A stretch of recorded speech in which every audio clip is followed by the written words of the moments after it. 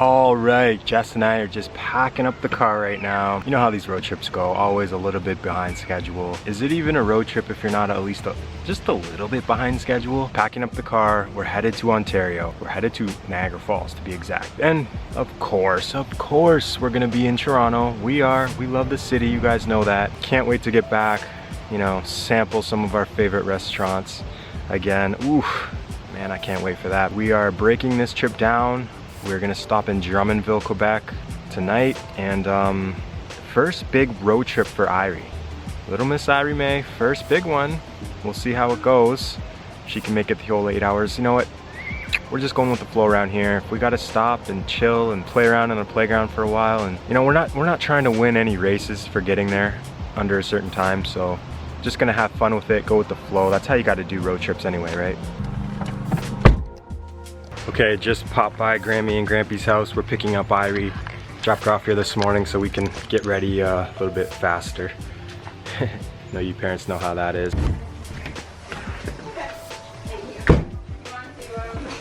You ready? You ready? You're not coming on a road trip?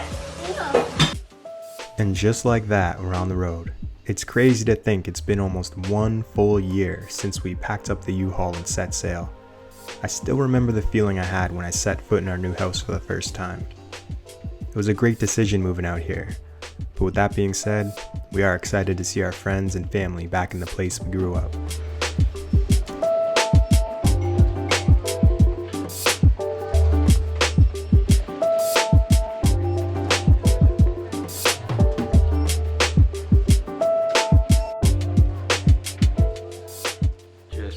Got to our motel. A long travel day, but I think it went as good as it could have, to be honest. It's well beyond Irie's normal bedtime. She's delirious right now. Laughing, crying, laughing, crying. Who you want to sleep beside, Mama or Daddy? Daddy. Yeah? Yeah. Yay! Mommy. No!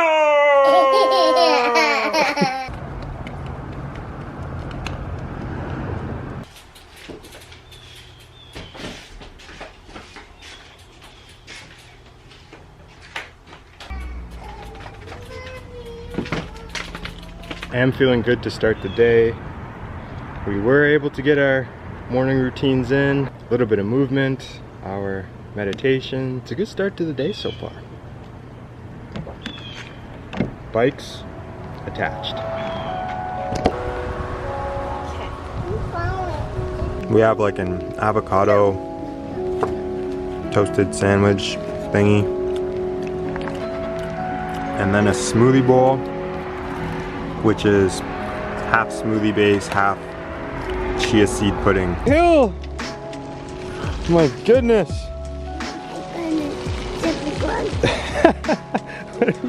What are you doing? You sliding on your bum?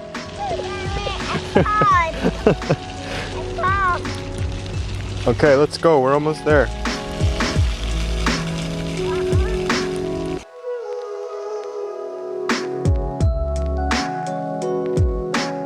First stop, we just passed Montreal not too long ago. Car rides, I don't mind them. I honestly don't mind these road trips. I love to listen to podcasts, so does Jess. This trip, we're listening to a lot of Leo Gura. I think that's how you pronounce his name, Gura. From actualize.com, no, actualize.org. Anyways, Actualize, check out that podcast. I'll also link in the description to those. I'm loving his content right now. It's guys, it's deep. Nature of reality, consciousness, exploring self-actualization, self-improvement, but much deeper than the mainstream sort of pop culture self-improvement, if you know what I mean. Yeah, probably not, it's definitely not for everybody, but if you like those big questions, check it out, okay? What do you got? What do you got for us? Hi. The core point is just this, that every situation has multiple interpretations to it. And people fall into the trap of treating situations as though they only have one or two interpretations. The worst case scenario is when you fall into the trap of thinking that there's only one interpretation. Because if you only have one interpretation of a situation, whatever the situation is, then look what happens. That becomes your reality. That becomes fact for you. That becomes absolute truth for you. Because you can't conceive, your imagination is too limited to conceive of alternative interpretations. So that then locks you into whatever your interpretation is. You don't even recognize it as an interpretation at that point. That's the worst case scenario. That's the most unconscious way to go about it. And this is what most people are doing in most situations. That is my childhood house, folks. We are in Niagara Falls. Just got here a couple days ago. Haven't been really filming that much. We're going to Toronto today. Yeah, beautiful day outside. Gonna eat. That is the primary mission for this trip. And look, my cousins. They came from Toronto and we're going to Toronto, but we saw them for like an hour. So yeah, guys, let's go. Let's check out Toronto. For the people who grew up outside of the city, this is everyone's favorite part of the drive-in. It's when the giant buildings and silhouette of the CN Tower just start to peek over the horizon. The city skyline looks small from a distance, but as you approach and those buildings turn into towering skyscrapers, you're subtly reminded of how small you are in comparison to the vast and bustling ecosystem of the big city. I think that's why some people get uncomfortable here. This folks, is what it's all about. This is what I live for. This is the reason why I love Toronto, guys. You gotta understand, riding my bike, taking in the sights, the sounds, the energy of the city, the culture, the cultural diversity, the people's styles, the fashion. Everyone is so different here. Everyone is trying to express themselves in a sea of millions of people. It's a vibe. It is a vibe here. I love it. Why? Why does it cost so much to live here? Like, well, yeah, that's why, all that amazing stuff I just explained, but you know, millions of people fighting to take that in as well. And you know, obviously that's why it's so much, but just why? The universe is so cruel. But we love New Brunswick too, guys. Don't get me wrong. I love the total polar opposite of that. The, you know, abundance of raw natural beauty, the landscapes that are breathtaking. 5 minutes any direction out of any of the big three cities. It's just a lot to take in. It really is. People leave all this and, you know, drive hours out of the city to take that in on weekends up here. So yeah, just interesting, you know, interesting being back in the city, but so far having a good time. Off to get some food right now. Jess is with Irie doing a little thrifting, you know, picking up some new things if they get lucky. It's kind of the way it goes with thrifting. But yeah.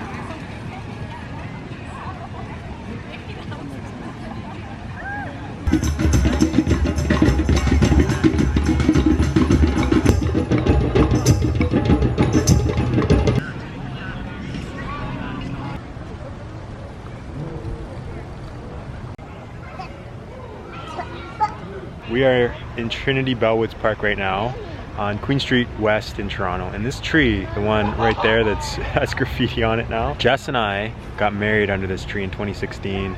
It was a total guerrilla style wedding, you know, no permits, nothing like that. You're not supposed to get married in these types of public spaces without a proper permit. We had 4 guests at our wedding and restocked on top of that, and yeah, we kind of did the whole thing and got it done really quick before anyone came and kicked us out. And then we went off to a music festival that was in town. So it was a little bit of a unconventional wedding, but for Jess and I, we wanted to do something we love with just the people that we're around most often, and we didn't want people to spend money. Like, what other party do you go to in life where the guests have to give you $100, $150, $200, and you know, maybe even sometimes they're dreading it. I gotta buy this, I gotta buy that, and take time off.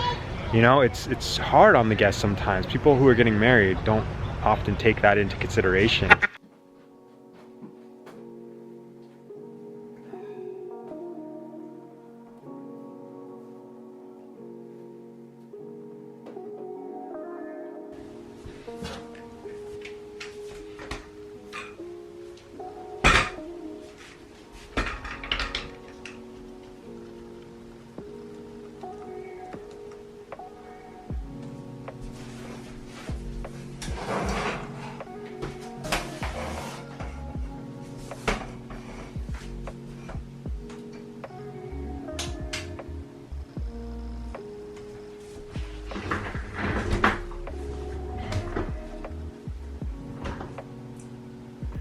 All right, here we are. We're back. We're back in St. John. We are back in New Brunswick. The rest of that trip mainly consisted of visiting friends and family. That was the primary purpose, the primary objective for that trip back to Ontario. It's kind of funny because the weeks leading up to that trip, I would be talking to Jess and be like, yeah, when we go back home, and you know, I caught myself thinking like, home, is this our home? Is that our home where we grew up? Like, what is home? Where is home? You know, it's been almost a full year since we moved here, and I don't really even know where I stand with that. This place where I'm filming, this place where most of our videos take place, this house that we purchased, this feels like home.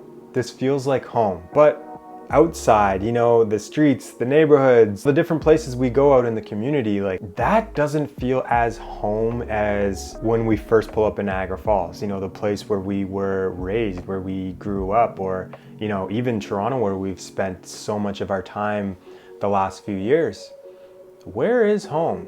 And how long will it take for all of New Brunswick to feel like home? Will that ever happen? Don't really know. What do you guys think? The ones who have come here already, or maybe you've moved from, you know, Europe to somewhere else in Canada. Like where's home for you? And what does it take for a place to be home? Let us know in the comment section. I know it's very relative. Everyone's gonna have a different answer to this. I'm actually looking forward to hearing what you guys have to say. But anyways, guys, let us know what you think. If you made it to this point in the video, thank you for the support. If you haven't already, please leave a big fat like, subscribe, and we will see you in the next video. Honestly, my screen went off again. Someone in the comments left a good comment, some good advice for stopping that from happening. I just totally forgot. See, it's like I'm rusty. It's been a month and a half. I'm rusty when it comes to this YouTube thing right now. But anyways, guys, thanks for watching. We will see you in the next